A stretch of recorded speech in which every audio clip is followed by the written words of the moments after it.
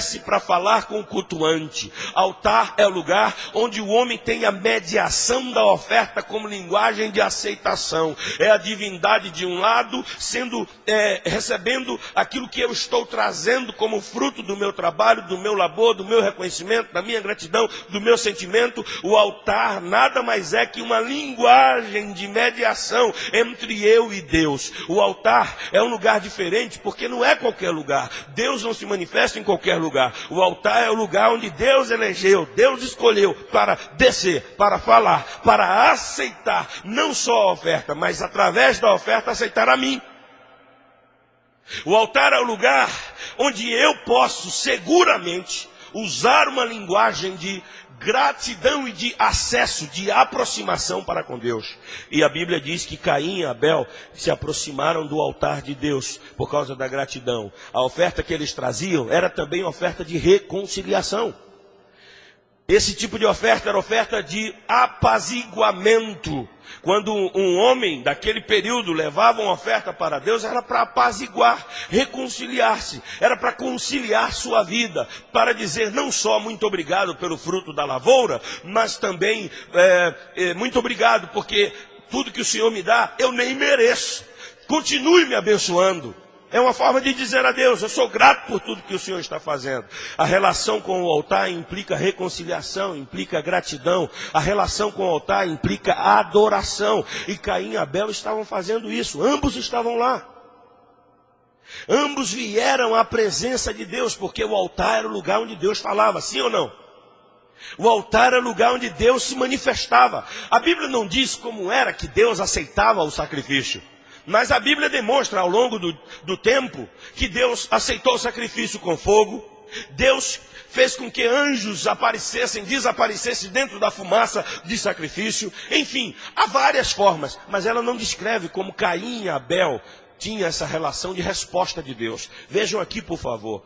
Mas diz o texto que Deus não aceitou uma das duas ofertas. Eram dois ofertantes, um só altar, dois corações. Alô? Dois ofertantes, um só altar, dois corações. Deus olha para uma oferta. Dois ofertantes, duas ofertas, um só altar, dois corações. Deus olha para uma oferta e rejeita a oferta de Caim. Por quê? Diz o texto, Deus não aceitou nem a Caim, não atentou para Caim, nem para a sua oferta. Primeiro, Deus rejeita a pessoa de Caim. Peraí, a pessoa, pastor Robério? É. Porque o mais importante, querido, não é a sua oferta. No altar de Deus, o mais importante é a pessoa. No altar de Deus, o mais importante é a sua vida. E diz a Bíblia que Deus não atentou. Não atentar para a oferta não significa que Deus abandonou a Caim, que Deus desprezou a Caim, que Deus rejeitou a Caim para sempre. Não atentar para a oferta significa que naquele momento, naquele culto, aquela oferta não estava agradando a Deus por conta da qualidade de vida que Caim estava vivendo. E quantas vezes nós não compreendemos isso, queremos agradar a Deus com nossas ofertas, e a nossa vida, os nossos sentimentos, o nosso coração, as nossas escolhas estão nos levando para distante daquilo que a nossa oferta quer anunciar. E vejam, querido, diz o texto que Deus rejeitou, que Deus não atentou para a oferta de Caim, mas atentou para a oferta de Abel. A gente vai ver uma sutileza no texto dizendo assim, que Abel trouxe o primogênito do rebanho. Parece que Caim já não estava mais se importando com o que oferecer a Deus. Parece que Caim já estava trazendo qualquer coisa para o altar de Deus. E Abel teve o cuidado de oferecer o melhor. Por que o primogênito? Porque fala das primícias. Porque fala da prioridade para Deus. Ele estava trazendo a prioridade para Deus. Ele estava dando a Deus o primeiro lugar. E Caim já estava de qualquer jeito. É o sentimento que eu tenho dentro desse texto. E observem, o texto enfatiza que Abel trouxe o primogênito, querendo falar do sentimento do coração de Abel. Abel continuava apaixonado por Deus. Pastor, apaixonado, continuava amando a Deus. Paixão é um fogo que arde, é um tipo de amor que arde no coração. Ele continuava se lembrando de Deus, ele continuava dando a primazia a Deus, o primeiro lugar a Deus, a pole position a Deus. Ele continuava dizendo que Deus era a sua prioridade, era tudo para ele. O Caim, contrapartida, já estava de qualquer jeito. E a rejeição da pessoa de Caim naquele culto consiste no fato de que o coração de Caim já não estava mais em Deus. Deus não se deixa iludir com as nossas ofertas quando o nosso coração já não é mais dele. Deus não se deixa levar pelas nossas oferendas quando o nosso coração já não pertence mais a ele. Era o problema de Caim. E vejam, queridos, ambos estavam em terreno sagrado. E quantas vezes nós estamos num território sagrado? Tanto é que nesse lugar Deus responde. Diz a Bíblia que Deus disse para Caim.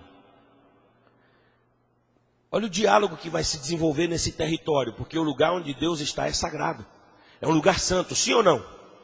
O lugar onde Deus responde, nesse culto onde Caim e Abel estão, a resposta de Deus. Nesse culto onde Caim está cultuando, Deus fala. Nesse culto onde eles estão ministrando ofertas para Deus e adoração, Deus está descendo para dar respostas. E diz o texto que Deus aceitou a oferta de Abel. E é tão gostoso quando Deus aceita a nossa oferta, porque pressupõe a aceitação da nossa vida. Eu tenho que abrir um parêntese aqui para dizer a você, querido, que Deus já aceitou você. Você já é aceito por Ele. Você pode aplaudir ao Senhor nessa noite. Deus já aceitou você em Jesus. Venham comigo aqui, por favor. Olha o que o texto diz. Ambos estão num culto onde Deus fala. Deus atentou para Abel e para a sua oferta. Deus atentou para Abel. Antes de Deus olhar para o que você oferece, e faz e serve na casa dele, Deus está olhando o seu coração. Deus está olhando sua relação com a família. Deus está olhando sua relação com as pessoas. Deus está olhando quem de fato você é diante dele, e não pelo que você apresenta perante ele. Deus está olhando primeiro para Abel e para a sua oferta, porque Deus conhece o coração de Abel e conhece o coração de Caim. Prestem atenção aqui, queridos. O texto vai falar que Deus não atentou para Caim e para a sua oferta, e agora uma crise vai se estabelecer dentro do lugar sagrado, no lugar onde Deus fala.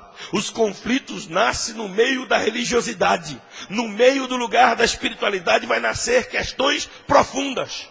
Espera aí, estão na presença de Deus e vão ter conflitos? Vai se estabelecer um conflito aqui. Qual é, portanto, não sei se você já se perguntou, qual foi o critério de Deus para declarar que ele não aceitou a oferta de Caim e aceitou a de Abel? Como é que eles souberam disso? Qual foi a resposta de Deus? A Bíblia não deixa claro como isso aconteceu.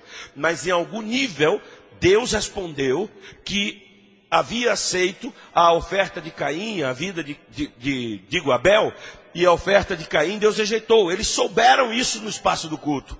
Eles fizeram uma avaliação concreta da resposta de Deus. Nós não sabemos o que foi, mas o texto insiste em dizer que Deus falou com eles naquele momento. Agora vejam, que atitudes ou sentimentos podemos nutrir no altar de Deus? Eu estive observando que o fato de nós estarmos num lugar santo não significa que o nosso coração está santo.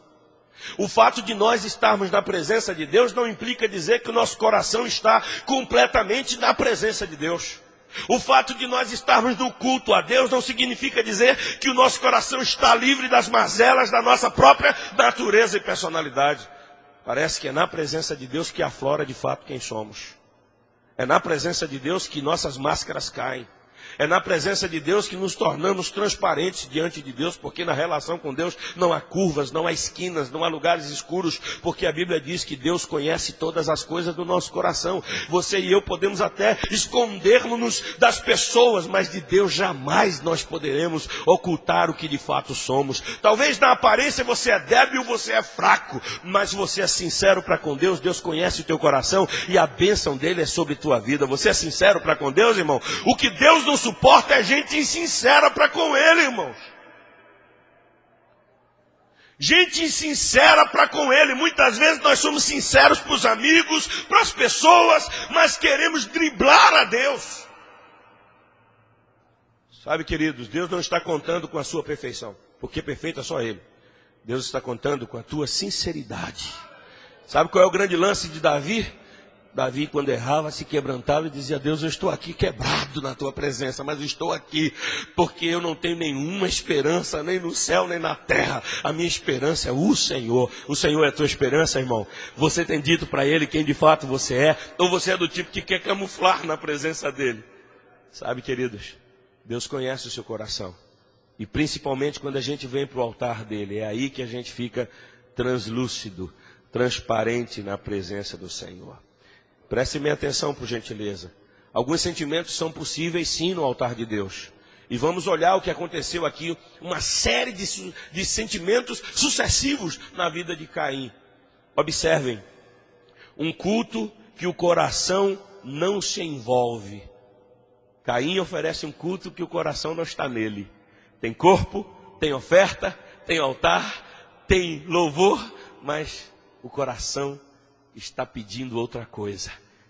É possível isso, pastor Roberto? É possível sim. O texto diz que sim.